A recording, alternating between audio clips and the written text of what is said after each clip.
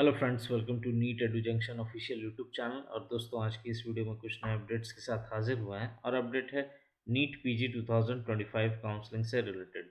जी हाँ दोस्तों, जैसा कि आप जानते हैं कि कट ऑफ रिवाइज हो गई है और जनरल अनरिजर्व कैटेगरी के लिए कट ऑफ रिवाइज होकर 103 नीट स्कोर हो रही।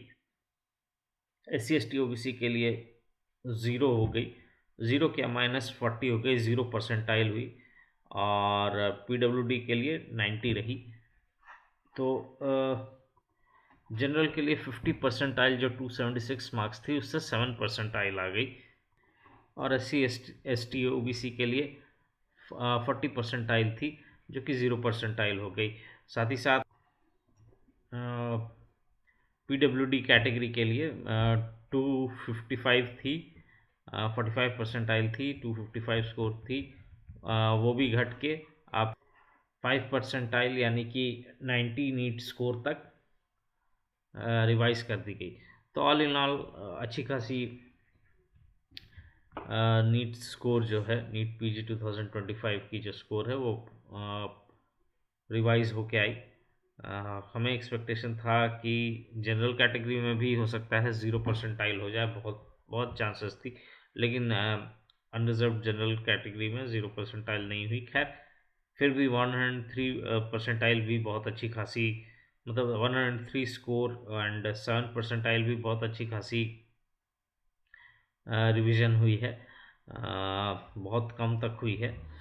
तो जिन्हें भी कट ऑफ रिवीजन के बाद एलिजिबिलिटी मिली, कंग्रेचुलेशंस बेसिकली,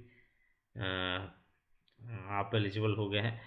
अब बेसिकली इस वीडियो में हम देखेंगे कि जो रिवाइज्ड कट ऑफ के बाद जो स्टूडेंट्स एलिजिबल हुए हैं उनके लिए क्या ऑप्शंस बचती है। साथ ही साथ राउंड 3 काउंसलिंग शेड्यूल अब कब पब्लिश होगी उस पर भी थोड़ी बहुत डिस्कशन करेंगे। तो जो चैनल पे न्यू है, जो वीडियो पहली बार देख रहे हैं, वो चैनल को सब्सक्राइब कर ले और अब बेल आइकन, बेल नोटिफिकेशन पे क्लिक कर दे।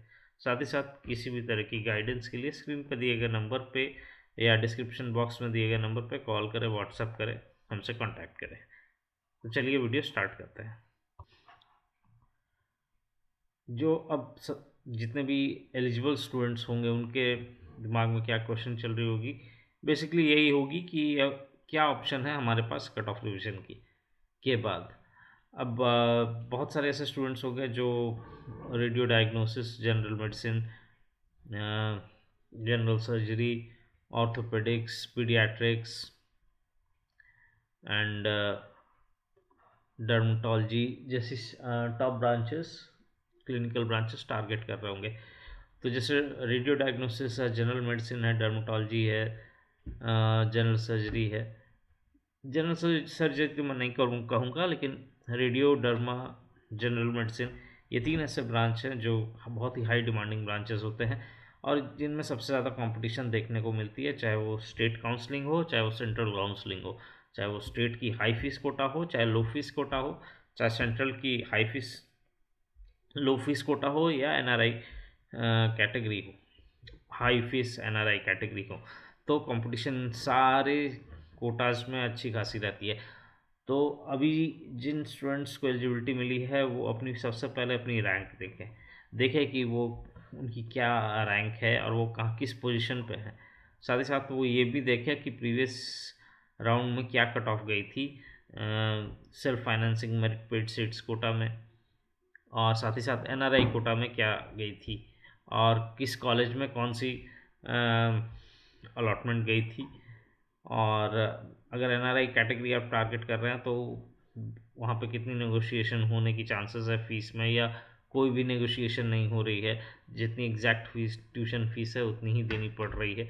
तो ये सारी चीज़ें बहुत ध्यान से सोच समझ के कर ली। अगर आप खाली यही सोच रहे हैं कि हाँ मुझे एलिजिबिलिटी मिल गई है और मैं जनरल मेडिसिन ले लूँगा या रेडियो डायग्नोसिस ले लूँगा या डर्मेटोलॉजी ले लूँगा, हाई फीस कोटा में भी किसी भी कॉलेज में मैं चला जाऊँगा, तो ऐसा नहीं है कि आपको डायरेक्टली मिल जाएगी।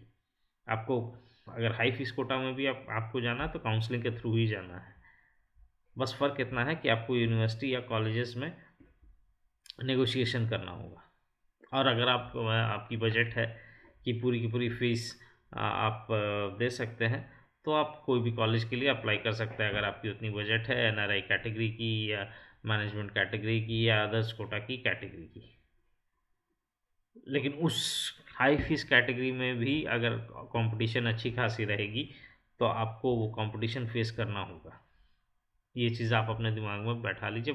बहुत सारे मुझे ऐसे कॉल्स आए हैं जिनमें लोग बोल रहे हैं कि मुझे जनरल मेडिसिन ही चाहिए, मुझे डर्मेटोलॉजी ही चाहिए, मुझे गायनेकोलॉजी ही चाहिए और हमारी बजट भी नहीं है और हमें चाहिए भी।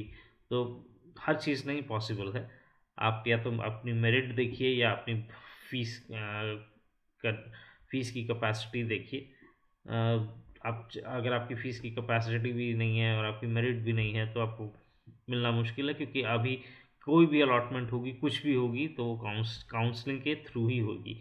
और कोई तरीके की अगर आप प्रोसेस में जाते हैं, इलीगल या अनएथिकल प्रोसेस में जाते हैं, तो झेलना आप ही को है। तो जो भी है वो काउंसलिंग के थ्रू ही है, आप काउंसलिंग के थ्रू ही आपको अलॉटमेंट मिलेगी। तो ये हो गई थ्रू डीम्ड यूनिवर्सिटीज़ की। साथ ही साथ जो ओपन स्टेट्स हैं उनमें भी बहुत ऐसे स्टेट्स हैं जिनमें सीट्स बची हुई है, रिपोर्टिंग नहीं हुई है। तो कर्नाटका है, राजस्थान है, वेस्ट बंगाल है, उत्तर प्रदेश है, बिहार है। कर्नाटका में अदर्स कोटा है इंडियन सिटीजन्स के लिए, एनआरआई कोटा भी है। राजस्थान में मैनेजमेंट है, एनआरआई है। वेस्ट बंगाल में भी मैनेजमेंट है, एनआरआई है। उत्तर प्रदेश में कोई कोटा नहीं है, सिर्फ जनरल कोटा है अदर स्टेट के स्टूडेंट्स के लिए। इसमें ना एनआरआई है ना अदर्स कोटा है। तो इस उत्तर प्रदेश स्टेट में क्लियर कट ये क्लियर हो जाना बहुत ज़रूरी है कि उत्तर प्रदेश में सिर्फ और सिर्फ मेरिट के बेसिस पे ही अलॉटमेंट होगी। कोई कुछ नहीं कर सकता है उसमें। अगर कोई बोल रहा है तो बहुत ही गलत बोल रहा है कि उत्तर प्रदेश में करा देंगे या कुछ कुछ भी ऐसा बोल रहा है कि नेगोशिएशन होगा, ये होगा। कुछ नहीं होगा, जो भी होगा ऑनलाइन काउंसलिंग के थ्रू होगा। तो जो लोग सोच रहे हैं कि उत्तर प्रदेश में कहीं से भी कुछ भी ट्राई करे या कहीं से कुछ हो जाए, तो वो पॉसिबल नहीं है। वो ऑनलाइन मेरिट बेस्ड काउंसलिंग पे ही होगा, क्योंकि उसमें और कोई कोटा है भी नहीं। अब रही बात बिहार की। बिहार में भी कोई ऐसा कोई खास कोटा नहीं है, सिर्फ एक एनआरआई को कैटेगरी है। तो एनआरआई कैटेगरी में आप अप्लाई कर सकते हैं अगर एनआरआई में आप उतनी फीस अफोर्ड कर सकते हैं। तो जितने भी कॉलेजेस हैं बिहार में या वेस्ट बंगाल में या उत्तर प्रदेश में, राजस्थान में, कर्नाटक में, जितने भी प्राइवेट कॉलेजेस हैं उनमें एनआरआई कैटेगरी जो है उसमें उसकी फ़ीस बहुत अच्छी खासी है। और ऐसा नहीं है कि जो प्राइवेट कॉलेजेस हैं वो बहुत ज़्यादा नेगोशिएशन करेंगे या एकदम फ़ीस को हाफ कर देंगे, वैसा भी कुछ नहीं है। एक लिमिट तक ही नेगोशिएशन होगी, वो भी सिचुएशन देख के होती है। तो बहुत क्लियर रहें कि आपको कौन सी ब्रांच चाहिए। और ऐसा नहीं कि मुझे एक ही ये जनरल मेडिसिन है तो जनरल मेडिसिन ही चाहिए, या रेडियो है तो रेडियो ही चाहिए, या गायनी है तो गायनी ही चाहिए। मल्टीपल ऑप्शन रखिए कि ये नहीं मिलेगी तो दूसरी, दूसरी नहीं तो तीसरी, तीसरी नहीं तो चौथी। वैसा आप अगर बैकअप बना के रखिएगा तो कोई ना कोई आपको किसी न किसी कोटा में आपको मिलना ही मिलना है। तो बहुत ही मैच्योर वे में काउंसलिंग में प्रोसीड कीजिए और बहुत सोच समझ के जाइए। अगर आपको गाइडेंस चाहिए, नहीं कुछ समझ में आ रहा, तो आप किसी से हेल्प ले सकते हैं, हम हमसे कांटेक्ट कर सकते हैं। लेकिन अगर आप रिजिड रहेंगे कि एक ही आपको ब्रांच चाहिए, आपको मिनिमम इतना आपकी फ़ीस पेइंग कैपेसिटी है, उससे ज़्यादा नहीं है, आपको वही चाहिए, तो ऐसा नहीं है कि आपको मिल ही जाएगा, बहुत मुश्किल है। फ्लेक्सिबल होना बहुत ज़रूरी है। या तो आपकी मेरिट बहुत अच्छी होनी चाहिए या आपकी फ़ीस पे करने की कैपेसिटी बहुत अच्छी होनी चाहिए। तो ये कुछ स्टेट्स हैं जिनमें आप देख सकते हैं। उसके अलावा हिमाचल प्रदेश है, नॉर्थ ईस्ट के कुछ स्टेट हैं, पंजाब है, हरियाणा है, आपका आंध्र प्रदेश है, साउथ के स्टेट्स हैं, तेलंगाना है, आंध्र प्रदेश है, तमिलनाडु है, केरल है। तो इतने सारे स्टेट्स हैं पीजी के लिए, जो का जिनमें जिनमें और भी बहुत सारे हैं।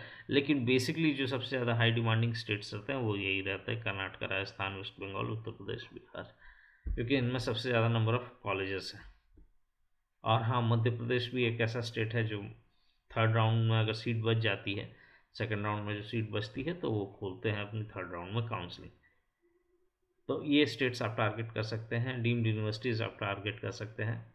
लेकिन डीम्ड यूनिवर्सिटीज़ में यहाँ हमेशा ये बात याद रखिएगा कि चॉइस फिलिंग बहुत इंपॉर्टेंट होती है। ओपन स्टेट्स में भी हाई फीस कोटा हो चाहे लो फीस कोटा हो, चॉइस फिलिंग इंपॉर्टेंट होती है, लेकिन उसमें बहुत ज़्यादा सोचना नहीं पड़ता। लेकिन डीम्ड यूनिवर्सिटीज़ एंड कॉलेजेस में specially self financing merit paid seats quota में चॉइस फिलिंग की जो सीक्वेंस होती है वो बहुत इंपॉर्टेंट होती है। आप कैसे चॉइस फिलिंग करते हैं, पूरी पूरी की पूरी आपकी अलॉटमेंट उसी चीज़ पे डिपेंड करती है। तो बहुत ध्यान से सोच समझ के चॉइस फिलिंग करें। अगर आपको थोड़ी सी भी डाउट हो तो किसी से ज़रूर हेल्प लें। तो ये आपके पास ऑप्शन रहेगी। अब आपको कैसे प्रोसीड करना है काउंसलिंग में, ये आपके ऊपर डिपेंड करती है। तो इस वीडियो में दोस्तों इतनी ही अपडेट्स। और हाँ, एक और बात वीडियो क्लोज करने से पहले मैं बोलूँगा, क्योंकि अब रिवाइज कट ऑफ आ गई है, तो जो राउंड 3 की काउंसलिंग शेड्यूल है वो बहुत ही जल्द पब्लिश हो जाएगी। अब सीट मैट्रिक्स भी आएगी और एमसीसी की काउंसलिंग शेड्यूल जो है वो बहुत जल्द पब्लिश हो जाएगी। हो सकता है विद इन 24 to 48 आवर्स के बीच में आपको थर्ड राउंड की शेड्यूल भी एमसीसी की ऑफिशियल वेबसाइट mcc.nic.in पे पब्लिश हो जाए। तो इस वीडियो में दोस्तों इतनी अपडेट्स। अगले वीडियो में कुछ और अपडेट्स के साथ हाजिर होंगे। तो अगर आपको हमारा ये वीडियो इन्फॉर्मेटिव, हेल्पफुल और अच्छा लगा तो वीडियो को लाइक करें, शेयर करें, चैनल को सब्सक्राइब करें और बेल नोटिफिकेशन पे क्लिक करें। और फर्दर किसी तरीके की जानकारी के लिए स्क्रीन पे दिए गए नंबर पे या डिस्क्रिप्शन बॉक्स में दिए गए नंबर पे कॉल करें, व्हाट्सएप करें, हमसे कॉन्टैक्ट करें। Thank you.